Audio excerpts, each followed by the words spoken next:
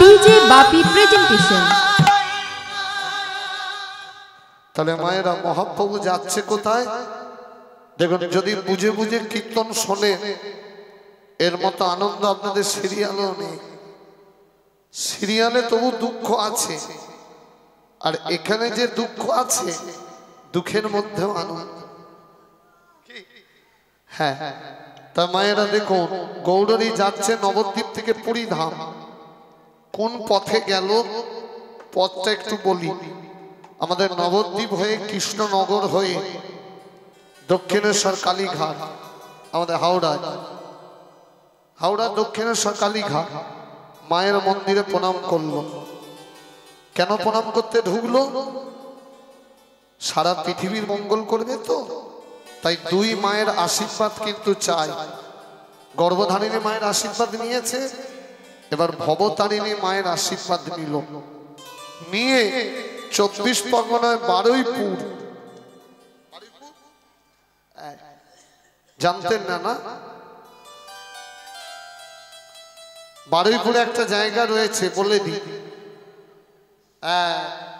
যেখানে কীর্তন করতে করতে গৌরহরির কাঁধ থেকে খোলের দড়িটা ছিঁড়ে গিয়ে খোলটা মাটিতে। জায়গাটার নাম কি?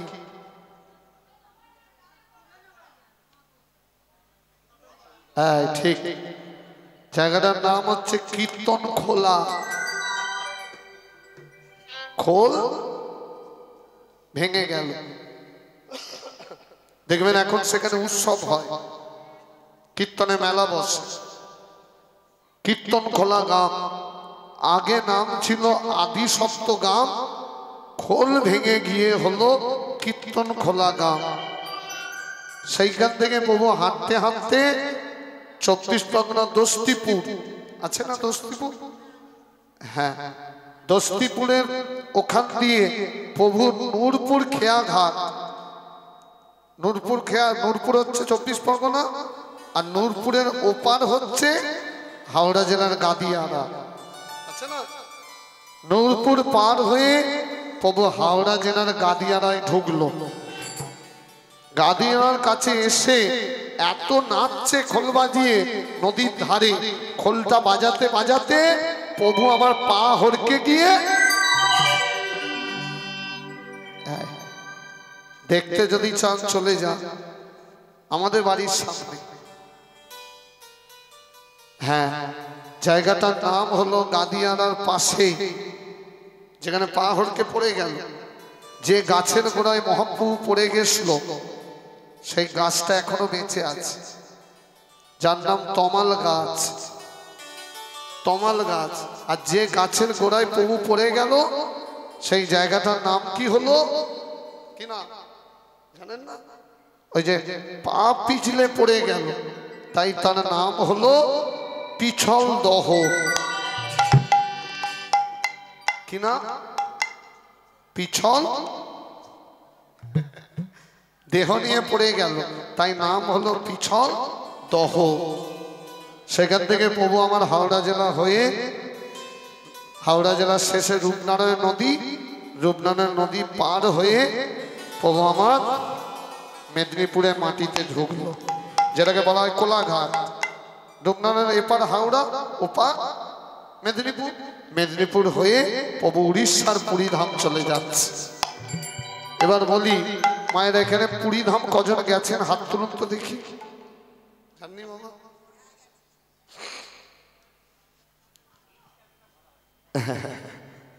এই যে আপনারা পুরী ধাম যান, গৌরীও পুরী ধাম যাচ্ছে। পুরী ধাম যাওয়ার আগে দুটো জায়গা যেতে হয়, বলবো সেই দুটো জায়গা কি? কোনদিন যদি যান দেখে আসবেন। না না, গৌরী ঢুকছে দুটো জায়গা, যেটা শাস্ত্র বলছে। দুটো জায়গা কি?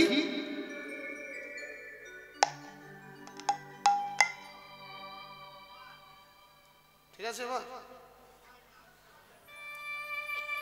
চলিতে চলিতে আইলা যাজিপুর গাঁ, প্রভু চলিতে চলিতে আইলা যাজিপুর গাঁ, চলিতে চলিতে আইলা কি নাম বললাম? যাজপুর। জাজ বুড়িগির জায়গার বুড়িগির জ পয় হস্য র। যাজপুর গেছে কেউ জায়গায় জানেননি তা যাবেন কি?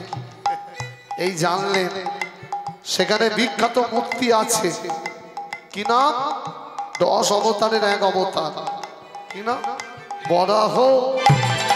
বরাহ বরাহ মূর্তি দেখি করিলাম না। সেটাই বড় মূরতি দেখি করিলাম না। বরাহ মূরতি দেখে করিলাম না। সেটাই বরাহ মূর্তি দেখি করিলাম না। সেটাই বড় মূরতি দেখি করিলাম না। নিত্য কীর্ত নিত্য কীর্ত। নিত্য মানে নিত্য। হ্যাঁ ঠিক ঠিক ঠিক। যেটা প্রথমে বলেছেন ওটা, যেটা দ্বিতীয় বললেন ওটা নয়। নিত্য মানে নাচ নয়, নিত্য গীত। নিত্য মানে প্রতিদিন সেখানে গীত হয়। গেলে দেখবেন কি গান হয়? হরে কৃষ্ণ হরে কৃষ্ণ কৃষ্ণ কৃষ্ণ হরে হরে। হরে রাম হরে রাম রাম রাম হরে হরে। হরে কৃষ্ণ কৃষ্ণ। এটা করা যাবে? হোক না। যদি হোক সুজন তেঁতুল পাতাতে, আর যদি হোক কুজন সারা পৃথিবী জায়গা দিলেও কিছু হবে না। তাই ভক্তের বাড়ি কীর্তন হচ্ছে, এটা সবাই মিলে করব। গৌরী করছে, আমরাও করব। হরে কৃষ্ণ হরে কৃষ্ণ। জোরে জোরে।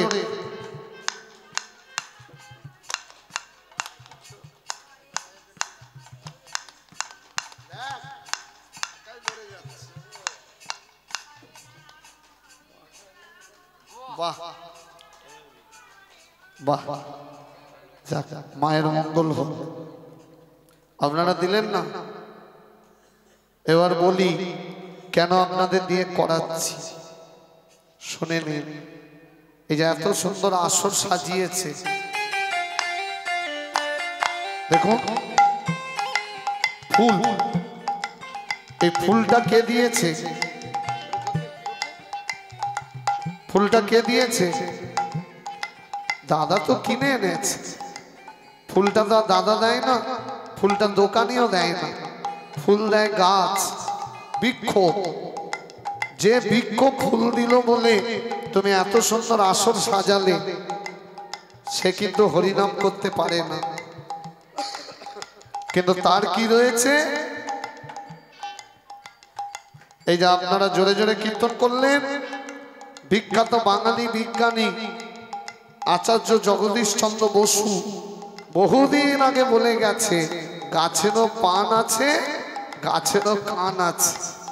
এই যে আপনারা জোরে জোরে কীর্তন করলেন, গাছ বসে বসে শুনছে আর মনে মনে ভাবছে যে বছরে এইটুকুনি ফুল দিয়েছি তাতেই এত হরি না, পরের বছর একটু বেশি করে ফুল দেব, বেশি করে হরিনাম করো। বুঝলেন? গাছের আশীর্বাদ পেলেন, আপনার আয়ু বেড়ে গেল। কেন জোরে কীর্তন করতে হয়? এই যে একটু আগে ঠাকুর মশাই পুজো করছিল, হচ্ছিল না পুজো? দেখবেন সন্দেশ, রসগোল্লা। রসগোল্লা কি থেকে তৈরি হয়? ছানা। ছানা কি থেকে আসে? দুধ। যে দুধ থেকে ছানা হলো, তবে তুমি প্রভুর সেবা দিতে পেলে। সেই গরু যে দুধটা দিচ্ছে, কে দেয়? গরু, গাভী। সে কিন্তু হরিনাম করতে পারে না। তার মুখ আছে কিন্তু হরি বলার মুখ নেই, কিন্তু তার বড় বড় দুটো। এই যে আপনারা জোরে জোরে কীর্তন করলেন, সে বসে বসে শুনছে আর মনে মনে ভাবছে, বারে বা এই বছর দুটো রসগোল্লা দিয়েছি, তাতে এত হরি না, পরের বছর একটু বেশি করে দুধ দেব, বেশি করে তোমরা হরিনাম করো, তাহলে গাভীর আশীর্বাদে আপনাদের আয়ু বেড়ে গেল। বুঝলেন? বৃন্দাবনে বেড়াতে গেলে দেখবেন, এটা গল্প কথা নয়, এটা ভাগবতেও লেখা আছে, প্রত্যেক বাড়ি গাভীর দুধ দুইয়ে এক বাটি দুধ, যেটা সকালের প্রথম দুধ, ছোট একটা বাটিতে তুলে রাখা হয়। কার জন্যে? গোপাল পুজোর জন্যে। কেউ যদি তুলে না রেখে সব বিক্রয় করে দেয়, পরের দিন তার বাড়ি গাভী দুধ দেয় না। কেন? গাভী কেঁদে কেঁদে বলেছিল যে আমার সামান্য দুধ, সেটাও যদি না ভগবান সেবায় লাগলো, তাহলে আর দেব কার জন্য? দেখলেন? মহাজন বললেন পশু ওরা নয়, পশু হলাম আমরা, যারা মনুষ্য কুলে এসেও ভগবানকে চিনতে পারলাম না, আর ওরা পশু কুলে জন্মে ভগবানকে চিনে গেল। তাহলে গাভীর আশীর্বাদ পেলেন, বৃক্ষের আশীর্বাদ পেলেন, আর কার আশীর্বাদ? যেসব বয়স্ক লোক বাড়িতে বসে আছে, ইচ্ছা যাক যে একটু আসি, কিন্তু শরীর, তারাও দুহাত ভরে আশীর্বাদ করছে যে তোমরা জোরে জোরে করলে আমরাও ঘরে বসে শুনতে পেলাম। ওই জন্য জোরে কীর্তন করতে, বুঝলে? গৌরহরি করছে, আমরাও করব। হরে কৃষ্ণ হরে কৃষ্ণ কৃষ্ণ কৃষ্ণ হরে হরে, রূপ ধরে রূপ ধরে, হরে রাম রাম রাম হরে হরে। নিত্য গীত নিত্য গীত নিত্য গীত কইল প্রভু বহুত শোভন। আজি নিত্য গীত কইলে বাবু বহুত শ্রবণ, কইলে বাবু বহুত শ্রবণ। যাজপুরে যাজপুরে যাজপুরে তিন রাত্রি করি না যাপন, প্রভু যাজপুরে দিন রাত্রি করিলা যাপন, যাজপুরে তিন রাত্রি করি না যাপন। না জাহাজপুরে দিন রাত্রি করিলা যাব। তাহলে মায়েরা পদাবলীটার মানে কি? বললাম না দুটো জায়গা যেতে হয়। প্রথম হলো যাজপুর, গেছেন যাজপুর? জানেন না তো, যাবেন কি করে? এই জানলেন, ভবিষ্যতে যাবেন, গিয়ে দেখবেন সেখানে 10 অবতারের এক অবতার বরাহ অবতার, বড় অবতারকে গৌরী প্রণাম করলো, যাজপুরে 3 রাত্রি কাটালো। কেন বলুন তো? প্রথম রাত্রিরে আপনারা কোন তীর্থে যদি যান মায়েরা, তীর্থে গিয়েই কিন্তু পালিয়ে আসতে নেই। কেন বলুন তো? অন্তত 3 রাত কাটাতে হয়। করা 3। কেন? প্রথম রাত্রিরে দেহ পবিত্র হয়, দ্বিতীয় রাত্রিরে মনে ভক্তি আসে, তৃতীয় রাত্রিরে প্রভুর কৃপা হয়। এই জন্য 3 রাত কাটাতে হয়। তা যাজপুরে 3 রাত কাটানোর পর এবার গৌরী ভক্তদের নিয়ে কোথায় যাচ্ছে? পুরী ধাম। তাহলে মোট দুটো জায়গা, একটা হচ্ছে যাজপুর আর একটা পুরী ধামের আগে। পুরী ধামের আগে কি বলো? গেছো তো না? উড়িষ্যা তো রাজ্য, পুরী ধামের আগে স্টপেজ। কি নাম দাদা? ট্রেনে করে গেলে দেখবেন না, 18 না, ট্রেনে করে গেলে দেখতে পাবে। কি না? যাকে সাক্ষী রেখে যেতে হয়, সাক্ষী রেখে আসতে হয়। কি না? যখন তোমার মৃত্যু হবে, যমরাজ জিজ্ঞাসা করবে কি পুণ্য আছে, তুমি বুক ফুলিয়ে বলবে আমি পুরী ধাম ঘুরে এসেছি। তখন যমরাজ বলবে খাতা খুলো, ওর জীবনীটা দেখো। খাতা খুলে দেখছে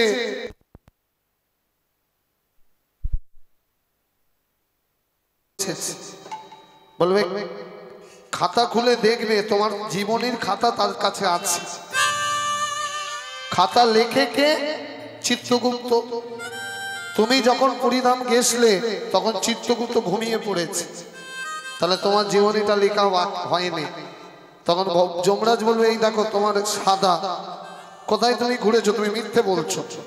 তখন তুমি মুখ ফুলিয়ে বলবে যে আমি জগন্নাথ ধাম গেছি, সাক্ষী একজন আছে।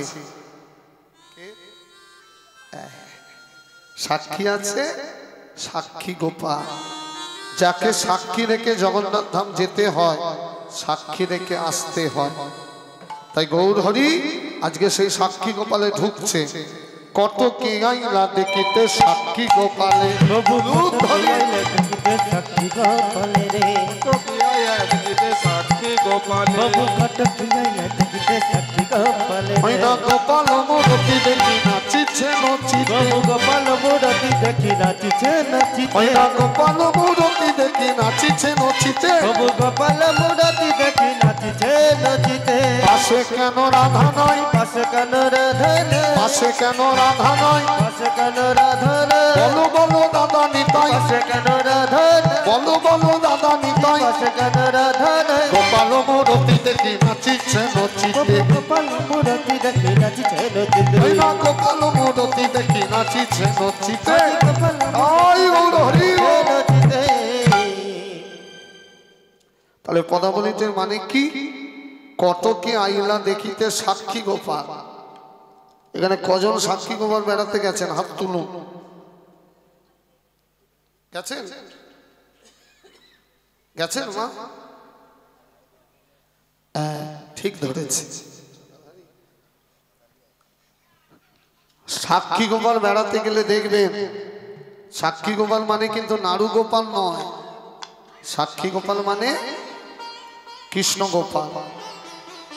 গৌরী সাক্ষী গোপালকে প্রণাম করলো, প্রণাম করে দাদা নিতাইয়ের কাছে কি প্রশ্ন করছে শুনেছেন? প্রশ্নটা শুনেননি? গানটা পাশে কেন রাধা নয়, পাশে কেন রাধা নাই, পাশে কেন রাধা নয়, পাশে কেন রাধা নাই, বলো বলো দাদা নিতাই, পাশে কেন রাধা নাই, বলো বলো দাদা নিতাই পাশে কেন রাধা নাই, গোপাল মূরতি দেখি নাচিছে নচিতে, গোপাল মূর্তি দেখি নাচিছে নাচিতে, ওই না গোপাল মূরতি দেখি নাচিছে নচিতে। গোপাল মূর্তি দেখি নাচিছে নাচিতে।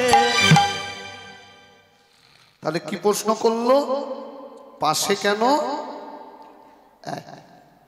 দেখবেন আপনাদের ঘরে যদি ভগবান শ্রীকৃষ্ণের পুজো হয়, বলুন তো কৃষ্ণ একা পুজো হয় কি? পাশে কে থাকে? রাধা। এই পৃথিবীর মধ্যে একটাই মূর্তি যেখানে কৃষ্ণ একা দাঁড়িয়ে আছে, কিন্তু পাশে রাধা নাই। তাই বলছে কেন পাশে রাধা নাই, বলো বলো দাদা নিতাই। নিতাই দাদা তখন বলছে রাধা থাকবে কি করে?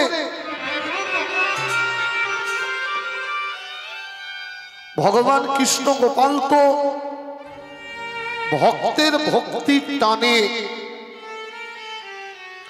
রাধা রানীকে ছেড়ে দিয়ে একা এসেছিল সাক্ষী দিতে। ভগবান কৃষ্ণ ভক্তের ভক্তির টানে একা এসেছিল সাক্ষী দিতে, সেই জন্য এই গোপালের নাম কি নাম? সাক্ষী গোপাল। এ যে সাক্ষী গোপাল, সাক্ষী গোপাল, এ যে সাক্ষী গোপাল, সাক্ষী গোপাল হে যে সাক্ষী গোপাল, সাক্ষী গোপাল হে যে সাক্ষী গোপাল, সাক্ষী গোপাল, এ যে সাক্ষী গোপাল, সাক্ষী গোপাল, এ যে সাক্ষী গোপাল, সাক্ষী গোপাল, এ যে সাক্ষী গোপাল, সাক্ষী গোপাল, এ যে সাক্ষী গোপাল, সাক্ষী গোপাল, সাক্ষী গোপাল হে যে সাক্ষী গোপাল, সাক্ষী গোপাল হে যে সাক্ষী গোপাল। সবাই মিলে হাত জড়ো করে হে কৃষ্ণ করুণা সিন্ধু করুণা সিন্ধু দীনবন্ধু জগৎপতি জগৎপতে গোপেশ গোপিকা কান্ত রাধা কান্ত নমস্তুতে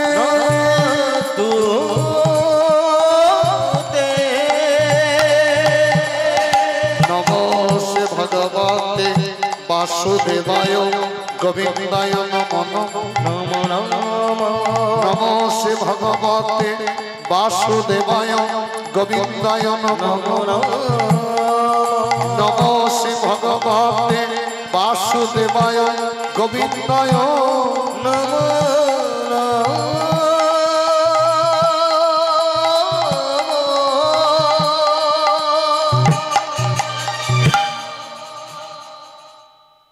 দাদা বল ভাই পরিধাম পরে যাও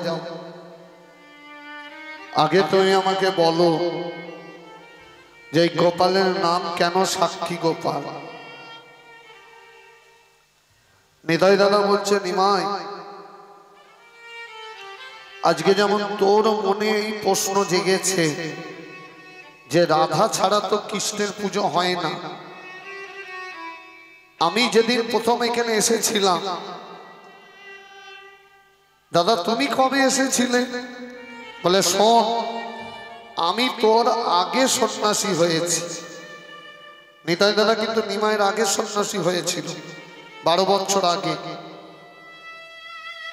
আমি সন্ন্যাসী হবার পর তোকে খুঁজতে খুঁজতে সারা ভারতবর্ষ ঘুরেছিলাম আমি এই জায়গায় এসেছি আমারও মনে একই প্রশ্ন জেগেছিল যে রাধা ছাড়া তো কৃষ্ণের পুজো হয় না কেন কৃষ্ণ একা সেদিন এখানকার যিনি বৃদ্ধ পান্ডা তিনি সেই ঘটনা আমাকে বলেছিল সেই ঘটনা এবার তোকে বলবো কেন পাশে রাধা নাই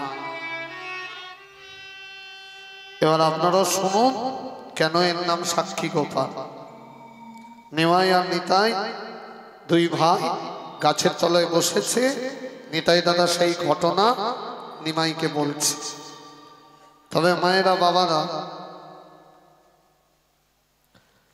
সাক্ষী গোপাল শুনবার আগে প্রথমে জানতে হবে ভগবান কার জন্য সাক্ষী দিতে আসে কি তবে তো বুঝতে পারবেন কই আমার জন্য আসবে আপনাদের জন্য আসবে আপনাদের জন্য যদিও আসে আমার জন্য আসবে না ভক্ত দুই প্রকার একটা হচ্ছে সকাম আর একটা হচ্ছে নিষ্কাম সকাম কাকে বলে স মানে নিজের কাম মানে কামনা বাসনা বুঝলে যারা নিজেদের মনের বাসনা পুণ্যের জন্য ভগবানের চরণ আশ্রয় নেয় তারা হলো সকাম করেন না এই যে মন্দিরে পুজো হচ্ছে দেখবেন গিয়ে মানসিক করছে যে ছেলেটার যদি সরকারি চাকরি হয় তোমাকে 10 কেজি বাতাসা দেব মানে কিছু যদি হয় কিছু মানে আগে নেব তারপর এরা হলো সকাম এদের জন্য ভগবান আসে না তাহলে ভগবান কাদের জন্য আসে যারা হলো নিষ্কাম যাদের বলে কোনো চাহিদা নয় ভগবানের মন্দিরে ঢুকে ভগবানের চরণ জড়িয়ে ধরে বলে হে ভগবান আমার কিছু চাই না শুধু আগে বলো প্রভু তুমি কেমন আছো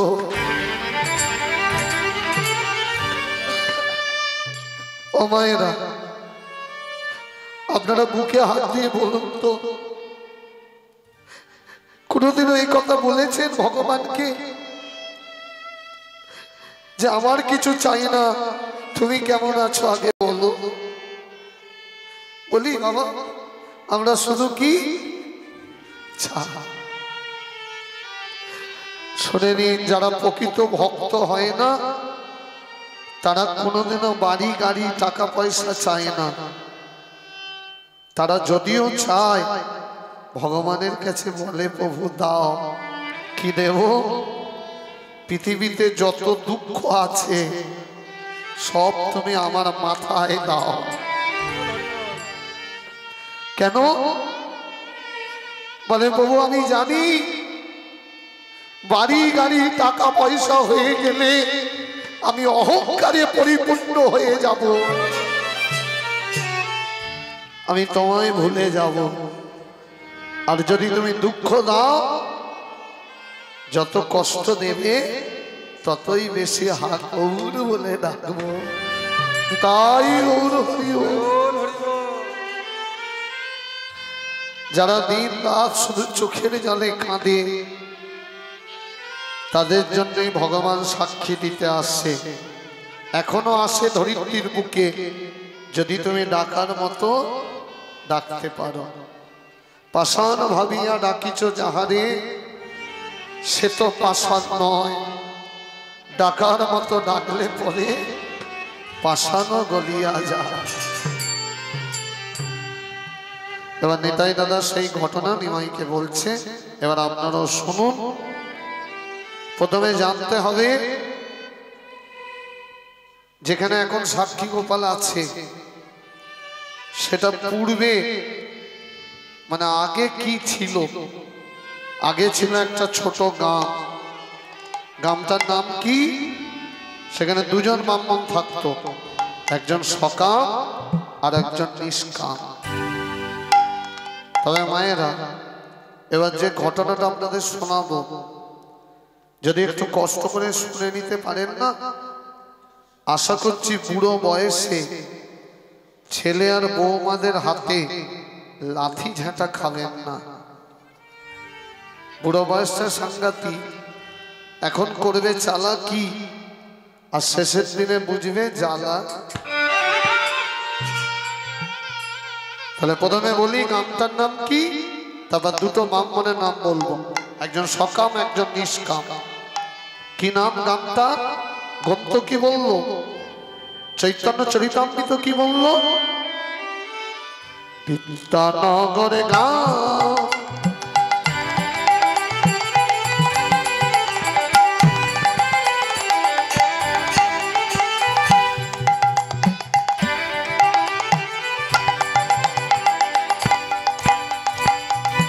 বিদ্যানগর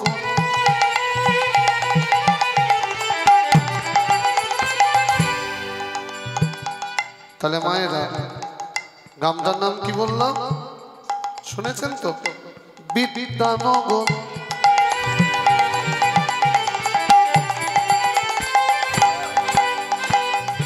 বিদ্যানগরে গ্রাম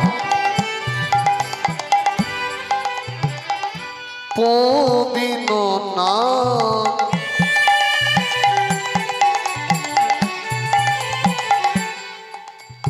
প্রথম ব্রাহ্মণের নাম কি নাম? প্রবীণ নাম।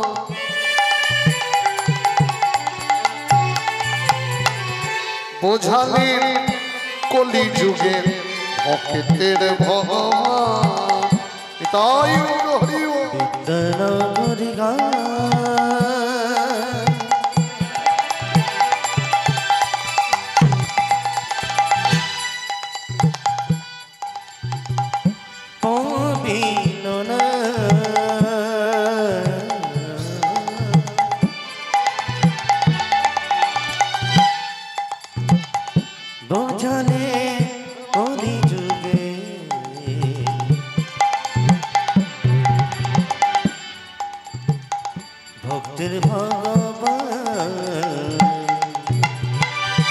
তাহলে প্রথম ব্রাহ্মণের নাম কি বললো?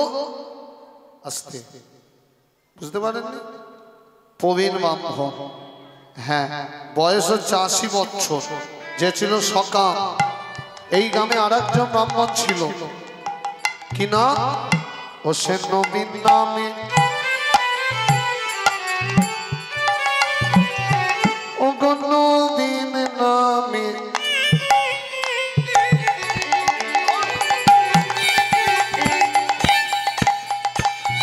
নবীন নামে ছিল ব্রাহ্মণ, নবীন নামে ছিল ও সে নবীন নামে ছিল ব্রাহ্মণ, নবীন নামে ছিল ব্রাহ্মণ, যে সদাই করত হরির ভজন, নবীন নামে ছিল ব্রাহ্মণ, ও সে সদাই করত হরির ভজন, নবীন নামে ছিল ব্রাহ্মণ, ওই না হরির পূজনে হরি আরাধন, নবীন নামে ছিল ব্রাহ্মণ, ওই না সদাই করত হরির ভজন, নামে ছিল ওই না সদাই করত হরির ভজন, নামে ছিল ওই না সদাই করত হরির, তাই মুখে হরি হরি বলে জুড়তে ওই দুটি বাহু হরি তুলে, হরি হরি আজ জুড়তে দুটি বাহু, নবীন নামে ছিল ব্রাহ্মণ। তাহলে খুব মন দিয়ে শুনুন, গ্রামটার নাম হচ্ছে বিদ্যানগর গ্রাম। প্রথম ব্রাহ্মণের নাম বললাম কি? প্রবীণ। প্রবীণের বয়স কত? ৮০। ৮০ বছর বয়স। জীবনে মুখে হরিনাম নেয়নি, জীবনে হরিবাসরে যায়নি, জীবনে তুলসী দেবীর অঙ্গে জল দেয় না,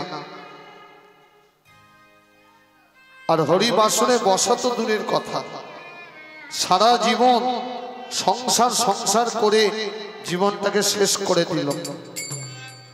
4টি ছেলে, 1টি মেয়ে আর 1 স্ত্রী, এই হলো তার সুখের সংসার। 3 ছেলের বিয়ে দিয়েছে, ছোট ছেলের বিয়ে দেয় কেন না? ছোট ছেলে ছিল বিকলাঙ্গ, প্রতিবন্ধী। সে চিন্তা করলো বিয়ে করে একটা মেয়ের জীবন কেন শেষ করব, একা আছি, বেশ আছে।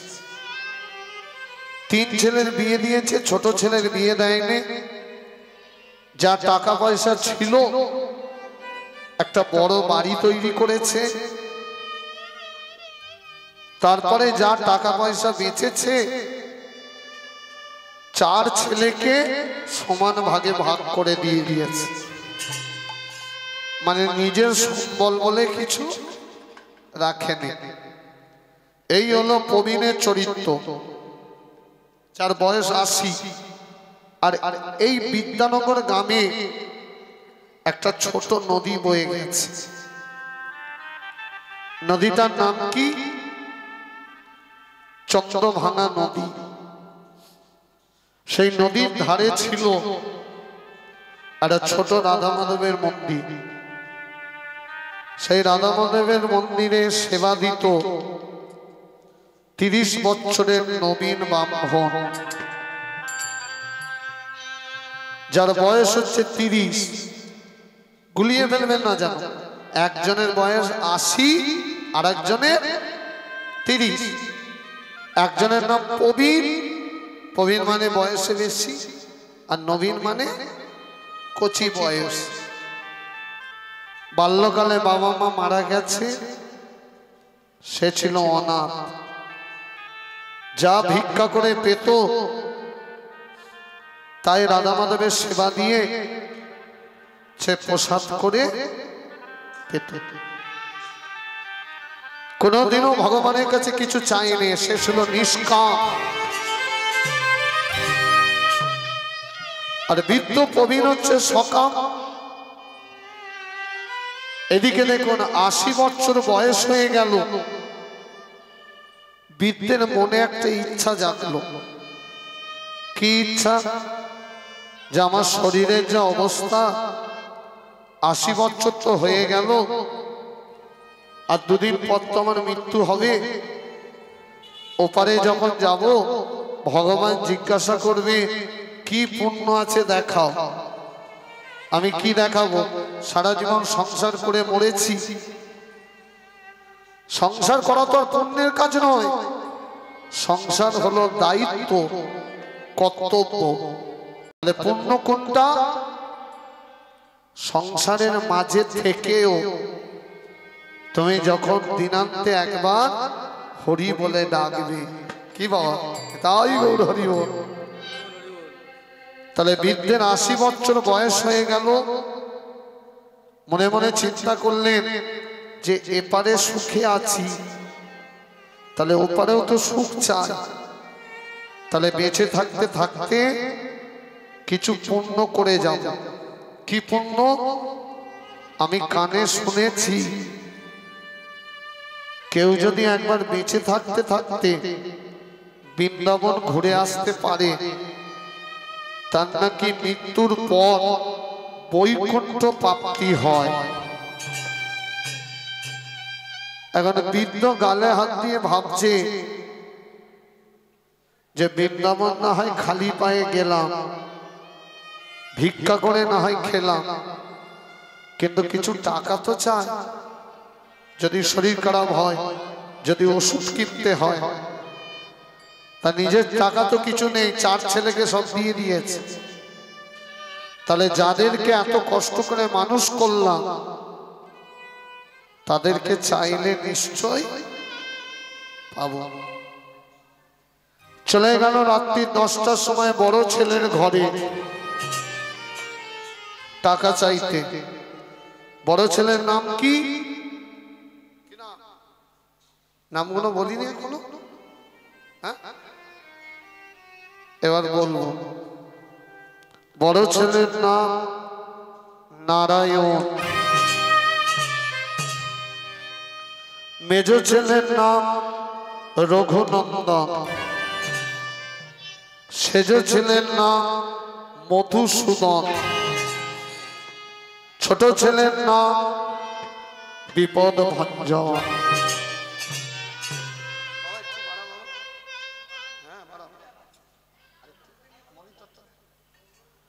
দেখুন মায়েরা, তাহলে বড় ছেলের নাম নারায়ণ, মেজ ছেলের নাম রঘুনন্দন, সেজ ছেলের নাম মধুসূদন, ছোট ছেলের নাম বিপদ ভঞ্জন।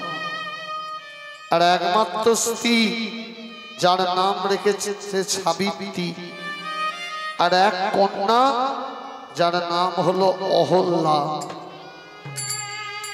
এখন ৮০ বছর বয়স হয়েছে, রাত্রি 10টার সময় বড় ছেলের ঘরে টাকা চাইতে গেছে। বড় ছেলের নাম কি? বুঝে বুঝে শোনো, তাহলে এর মতো আনন্দ কোথাও আর নেই। দরজায় গিয়ে ধাক্কা মারছে, বাবা নারায়ণ দরজা খোল বাবা, আমি তোর পিতা রে। নারায়ণ তাড়াতাড়ি এসে দরজাটা খুলে দিল। করজোরে বলছে, পিতা আপনি এত রাত্রিরে দরজায় ধাক্কা মারছেন কেন? বলে, বাবা নারায়ণ, জীবনে তো তোমার কাছে কিছু চাইনি বাবা, সারা জীবন তোমাদের সুখের কথা ভাবতে ভাবতে কখন যে আমার জীবন থেকে সুখ নামে পাখিটা চলে গেছে কোনোদিনও ভাবিনি। তা আজকে জীবনের শেষ সময় আমি তোমার কাছে কিছু চাই।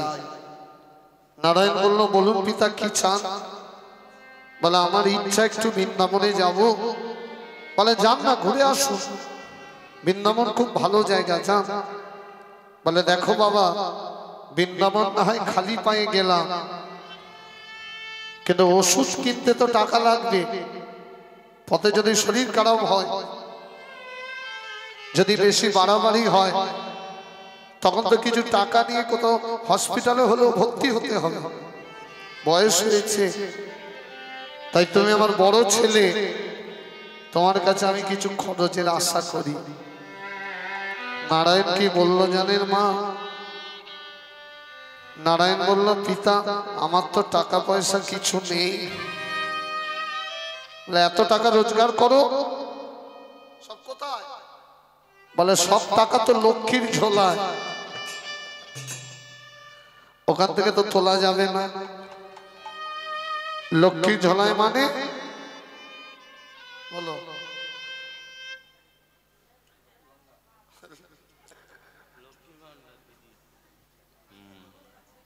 এ বাবা বলে লক্ষ্মীর ভান্ডারে,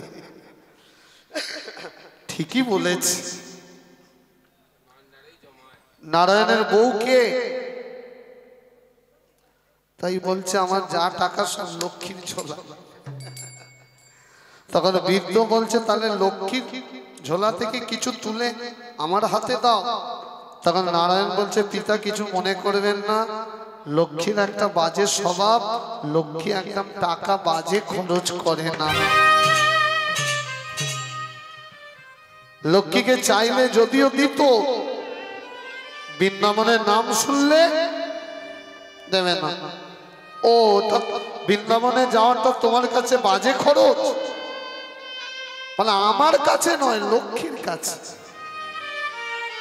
তাই আপনি কিছু মনে করবেন না, আমি কিছু টাকা দিতে পারবো না, আপনি মেজ ভাইয়ের ঘরে যান। মুখের উপর দাঁড়াম করে দরজাটা হয়ে গেল। কটা গেল? এক। বাকি আছে কটা? দুটো না তিনটে? তিনটে, কিন্তু হিসাব মতো বাকি কিন্তু। কেন? ছোট ছেলের তো কিছুই নেই, তার হাত মাখা পা মাখা। কাঁদতে কাঁদতে চলে গেল মেজ ছেলের ঘরে, গিয়ে দরজায় ধাক্কা মারছে। মেজ ছেলের নাম কি? রঘুনন্দন। বলছে বাবা রঘু, দরজা খোল বাবা, আমি তোর পিতা রে। রঘু তো দরজা খুলছে না, কেন? রঘু কানে শুনতে পেয়েছে পিতা যেন কাঁদছে। তাই রঘু মনে মনে ভাবছে পিতা এত রাত্রিরে কাঁদে কেন, কিছু একটা হয়েছে। তাই রঘু তাড়াতাড়ি বিছানা থেকে নেমে যেই না দরজা খুলতে যাবে, রঘুর বউ গিয়ে রঘুর হাতটা চেপে ধরেছে।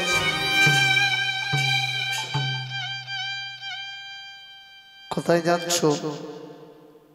পিতা ডাকছে। পিতা কেন ডাকছে আমি জানি, তুমি জানলে কি করে? পাশাপাশি ঘর হলে কি হয়, এর ঘরের কথা ওর ঘরে, তুমি জানলে কি করে? মানে তুমি তো নাক ডেকে ঘুমাচ্ছ।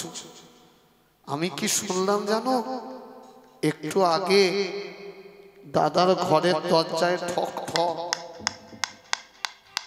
তারপর আমি বিছানা থেকে নামলাম ঝটপট, তারপর দেয়ালে কান দিলাম চটপট।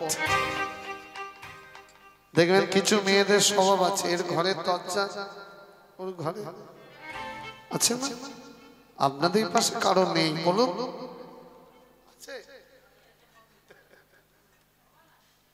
বলে স্বভাব আছে। কিছু কিছু মেয়ে মরা গাছে ফুল ফোটায়, এত তাদের ভক্তি। বিয়ের পর কিছু কিছু মেয়ে বৌমা হয়ে যেই ঘরে ঢুকলো, মরা গাছে ফুল ফোটাচ্ছে, এত ভক্তি। আর কিছু কিছু মেয়ের এত শক্তি, শ্বশুর শাশুড়ি গায়ে হুল ফুটাচ্ছে।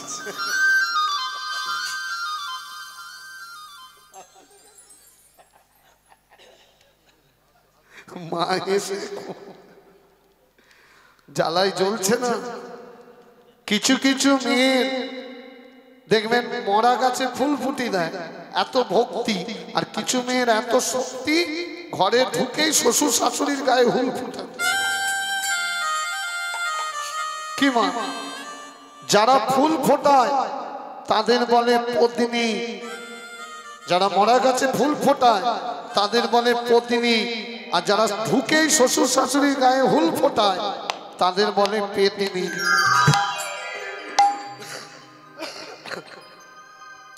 রঘুর বউ রঘুর হাত ধরে বলছে তোমার বাবা বৃন্দাবন যাবে। তাই দাদাকে টাকা চাইছিল, শুনলাম দাদা দিয়েছে। বলে দাদা বৌদির নাম করে কাটিয়ে দিয়েছে, তাই তোমার ঘরের দরজায় ধাক্কা মারছে, তুমি যেন আবার ভুল করে, মানেটা বুঝলে, তুমি যেন ভুল করে দিয়ে ফেলো না। তখন রঘু রেগে গিয়ে বলছে তুমি চুপ করো, বেশি কথা বলো না। যে মানুষটা সারা জীবন না খেয়ে আমাদের মানুষের মতো মানুষ করলো, যে মানুষটা নিজের ছেঁড়া জামা পরে কাটিয়ে দিল শুধু আমাদের সুখের কথা ভেবে, আজকে জীবনের শেষ সময় সেই মানুষটা একটু বৃন্দাবনে যাওয়ার ইচ্ছা জেগেছে, টাকা চাইছে, দাদা দিল না তো কি হয়েছে, টাকা দেব আমি। এই হলো সুযোগ্য সন্তান। বলুন মা, এরকম সন্তান পাওয়ার জন্যই তো আপনাদের মতো মা বাবারা ঠাকুর মন্দিরে মাথা ঠোকেন, যেন শেষের দিনে আমাকে একটু দেখে। হয়ে গেল। রঘু বলছে দাদাটা আগে এরকম ছিল না, দাদাটা কত ভালো ছিল, যেদিন থেকে বৌদিকে বিয়ে করেছে সেদিন থেকে দাদাটা খারাপ হয়ে গেছে বৌদির পাল্লায় পড়ে। দাদার বউটা খারাপ তাই দাদা খারাপ, আমার বউটা তো আর খারাপ নয়।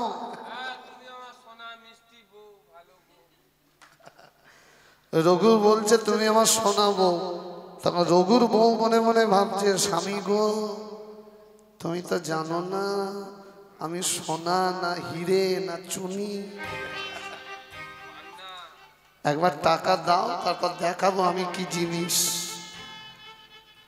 রঘু যেই না টাকা নিয়ে যেই না বেরোতে যাবে, দরজা খুলে মানে দরজার দিকে এগোতে যাবে, সঙ্গে সঙ্গে রঘুর বউ চিৎকার করছে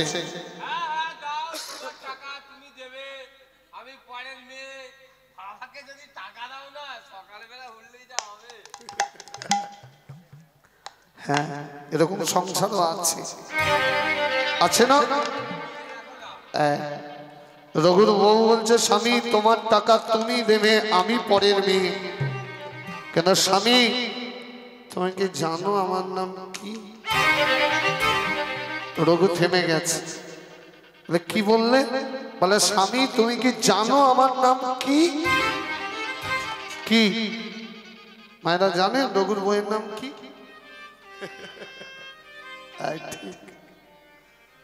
তুমি কি জানো আমার নাম কি? বলে কি আমার নাম জানো কি? জানো কি? তুমি কি জানো আমি কি জিনিস? তুমি তো বাবাকে টাকা দেবে, দাও, তোমার টাকা তুমি দেবে, আমি পরের মেয়ে। বাবা টাকা নিয়ে বৃন্দাবনে গিয়ে সব খরচ করে ফেলবে, কিন্তু ফিরতে হবে এই বাড়িতে, তারপর বাবাকে দেখিয়ে দেব আমি কি জিনিস। আসল টাকা তো তুলবো, তার সাথে কিছু সুদ।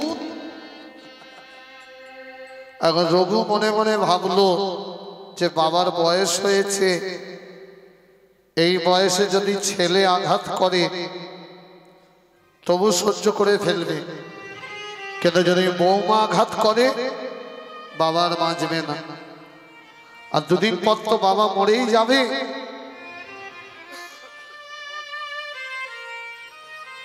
আর আমাকে শেষ জীবনটা কাটাতে হবে আমার এই বউটার সাথে। তাহলে একই ঘরের দুজনের যখন বাস, ঘরের লোকের সাথে কেন শত্রুতা করি? তার থেকে বাবা বউ যা বলছে। রঘু টাকা আলমারিতে রেখে ভয়ে বিছানায় শুয়ে পড়ল। বৃদ্ধ বাইরে থেকে বুঝতে পারলো যে রঘুর ঘরে বাসা বেঁধেছে ঘুঘু। চলে যাচ্ছে পাশে সেজ ছেলের ঘরে। কটা গেল?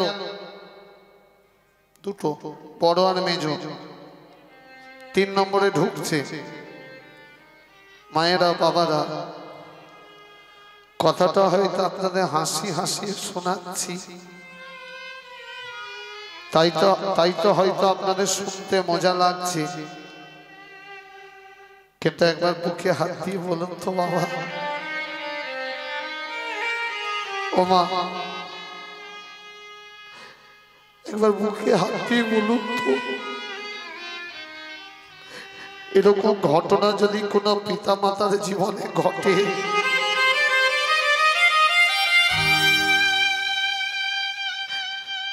সেই পিতা মাতার বাঁচবে?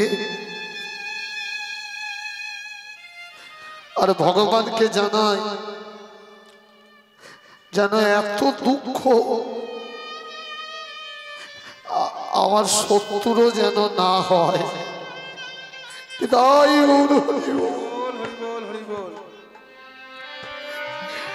কি কষ্ট দেখুন, রাত্রির 12টা বাজতে যায়, কাঁদতে কাঁদতে চলে যাচ্ছে সেজ ছেলের ঘরে। বয়স বেড়েছে, ঠান্ডা বাড়ছে, শরীরটা ভালো ছিল, মনটা ভালো ছিল, কিন্তু আঘাত খাওয়ার পর মনের জোর হারিয়ে যাচ্ছে। মনে মনে ভাবছে বৃদ্ধ, সারা জীবন কি করলাম, জীবনে হরিবাসরে যাইনি, জীবনে বৈষ্ণবের চরণ ভজিনি, সারা জীবন টাকার পিছনে ছুটে গেলাম। মায়েরা শুনে নিন, টাকা ভালো, টাকাকে নিশ্চয়ই ভালোবাসো, কিন্তু এতটা ভালোবেসো না যাতে শেষের জীবনে তোমাকে কষ্ট পেতে হয়। এই যে আজকে মাননীয় প্রশান্ত বাবুর বাড়ি কীর্তন হচ্ছে, উনি তো সবার বাড়ি বাড়ি গিয়ে আমন্ত্রণ করে এসেছে, হ্যান্ডবিলও ছাপিয়েছে। তবু দেখুন, অনেকে চিন্তা করলো যে আজকে কীর্তন না শুনে অন্যদিন শুনবো, কারণ আজকে কাজে বেরোতে হবে, 500 টাকা ক্ষতি হবে যদি ছুটি করি। যারা সারা জীবন টাকার পিছনে ছুটে যায় তাদের শেষ জীবনটা ফুটবলের মতো দশা হয়। ফুটবল কি খায় দেখবেন, মাঠে গিয়ে দেখবেন, এ একবার দিল, ও একবার দিল, হচ্ছে না কত সংসারে। বড় ছেলের দিল গড়িয়ে গড়িয়ে 3 মাস মেজ ছেলের কাছে, হয় না? কলিযুগে সব কিছু ভাগ হয়, জায়গা সম্পত্তি ভাগ হয়, টাকা পয়সা ভাগ হয়, এমনকি বাবা মাও ভাগ হয়ে যায়। আপনাদের দেশে হয় না, আমাদের উপাসটা হয়ে যাচ্ছে, হয় হয় না? এই ছেলের কাছে 2 মাস, ওই ছেলের কাছে 3 মাস। কেন একবার বুকে হাত দিয়ে বলুন তো, এই যে রাত্রিবেলা, এই যে দুপুর বেলা, এই যে কীর্তন শুরু হয়েছে, আপনারা সারা রাত থেকে কীর্তন শুনবেন। কালকে সকালে কেউ যদি বলে কীর্তনটা ভালো হয়েছে, একটু দে না, এর ভাগ সে নিতে পারবে? এটা শুধু আপনার একা। তাহলে লীলাটা কোন জায়গায় ঢুকছে দেখুন। চলে গেল সেজ ছেলের ঘরে। সেজ ছেলের নাম কি?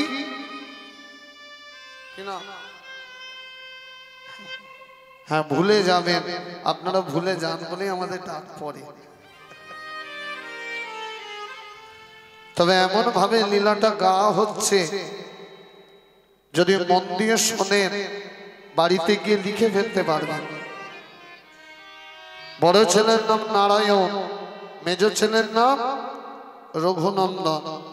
সেজ ছেলের নাম মধুসূদন।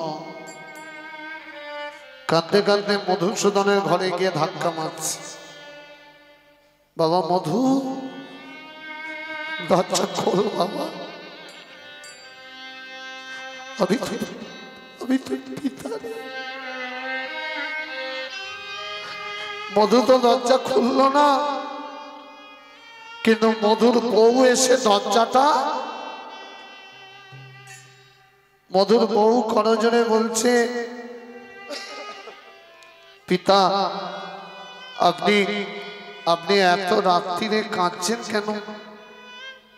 বলছে মা আমার মধু কোথায়? বললো আপনার ছেলে বলল সে ঘুমাচ্ছে, আর বলল কেন বাবা ডাকছে দেখো তো। দেখলেন, ছেলে বলল ছেলে ঘুমাচ্ছে। কেউ যদি কথা বলে সে কি ঘুমাতে পারে? সে জেগে আছে, ভয়েতে আসেনি। সেও তো একই গোয়ালে, একই গোয়ালের কি না, ভুল হয়ে গেল মা। এরকম ছেলে যাদের ঘরে থাকে তাদের যদি ভুল করে গরু বলেন বেশি হয়ে যায়। কেন না, গরুর দুধ তবু গোপাল সেবায় লাগে, এরা সব গাধা। সারা জীবন যার ঘাড়ে বসে খেয়ে গেল, যাদের কথা ভেবে একটা নতুন জামা পর্যন্ত কিনে নে, আজকে শেষ জীবনে তাকেই ঘুরিয়ে আঘাত করছে। চোখের গালে কাঁদছে বৃদ্ধ দাঁড়িয়ে দাঁড়িয়ে। রোহিণী করজোড়ে বলছে, পিতা আপনি কাঁদবেন না, আপনার কষ্ট সহ্য হচ্ছে না, আপনি বলুন কি হয়েছে, আপনি আমাকে মনের কথা বলুন। তখন বৃদ্ধ দাঁড়িয়ে দাঁড়িয়ে বলছে, মা আমার তাহলে তোমাকেই বলি। মনে মনে চিন্তা করলো ছেলেগুলো তো খারাপ হয়ে গেছে, যদি বৌমাটা ভালো হয় দেখি। বলছে মা আমার একটা কথা বলবো, রাখবে? বলুন পিতা। বলে তুমি যেদিন থেকে আমার ছেলেকে বিয়ে করে আমার ঘরে ঢুকেছ না, পাড়া প্রতিবেশীরা সবাই বলেছিল দেখো তোমার সেজ বৌমা ঢুকছে। আমি ঘুরিয়ে বলেছিলাম ওটা আমার বৌমা নয়, ওটা আমার মেয়ে ঢুকছে আমার ঘরে। তাহলে তুমি যদি আমার মেয়ে হবে, আমি তোমার পিতা, তাহলে মেয়ের কাছে তো পিতা মনের কথা বলতেই পারে। রোহিণী করজোড়ে বলছে, পিতা আপনি কাঁদবেন না, আপনার কষ্ট আমার সহ্য হচ্ছে না, আপনি মনের কথা আমায় বলুন কি হয়েছে। এত রাত্রিরে আপনার 80 বছর বয়স, আপনি এইভাবে কাঁদছেন। বলে মা আমার মনে বড় আশা জেগেছে, একটু বৃন্দাবনে যাব। নারায়ণকে টাকা চাইল, নারায়ণ কিছু দিল না। রঘু তো ভয়ে দরজাই খুলল না। আমার শেষ ভরসায় মধু। মধুকে বলে যদি কিছু টাকা মা দিতে তাহলে বৃন্দাবনে যাওয়াটা হতো। রোহিণী কি বলল জানেন? এই হলো সংসার। রোহিণী করজোড়ে বলল, পিতা আপনার কি বুড়ো বয়সে ভীমরতি ধরেছে? 80 বছর বয়স হয়ে গেল, এখন ইচ্ছা জেগেছে বৃন্দাবনে যাওয়া? এতদিন কি নাকে সর্ষের তেল দিয়ে ঘুমাচ্ছিলেন? আপনার যা শরীরের অবস্থা, দুদিন পর আপনাকে বৃন্দাবনে নয়, আপনাকে যান ঘরে যান। মুখের উপর দাঁড়াম করে দরজাটা দেখলেন মুখে মিষ্টতা আর অন্তরে বিষে ভরা। শুনে নিন, মুখে দেখলে মিষ্টি মিষ্টি কথা বলে আর অন্তরে বিষে ভরা, তার থেকে প্রকাশ্যে শত্রু অনেক ভালো। যারা আপনাকে দেখলে মিষ্টি মিষ্টি কথা বলে আর পিছনে আপনার ক্ষতি চায়, তার থেকে সরাসরি যারা মৃত্যু চায় তারা অনেক ভালো, তবু মানুষ চেনা যায়। তাহলে কটা গেল?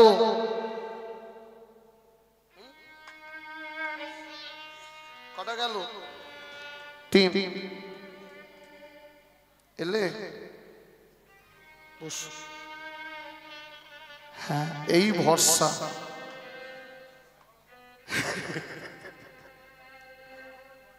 বাবা ভালো বলেছে, মানে কানা খোঁড়াই ভরসা। হ্যাঁ,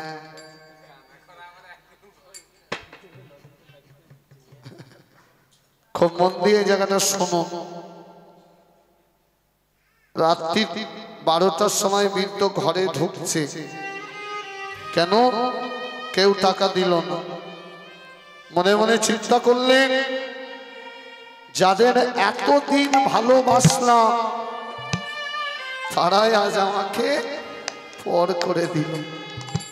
যখন বৃদ্ধ ঘরে ঢুকতে যাবে না, কোথা থেকে একটা ছেলে এসে পিতার চরণে আছাড় খেয়ে পড়ল।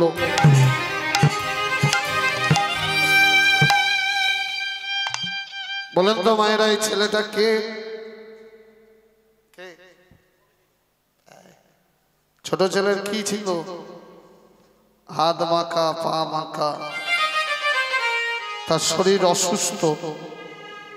কিন্তু একবার বলুন তো মায়েরা, তার শরীর অসুস্থ কিন্তু তার মন তো অসুস্থ নয়। সে দূর থেকে দেখছিল পিতার করুণ দশা, যে কিভাবে তার দাদারা তার পিতাকে কষ্ট দিচ্ছে। সে আর সহ্য করতে পারল না, আচারকে বলল পিতার চরণে।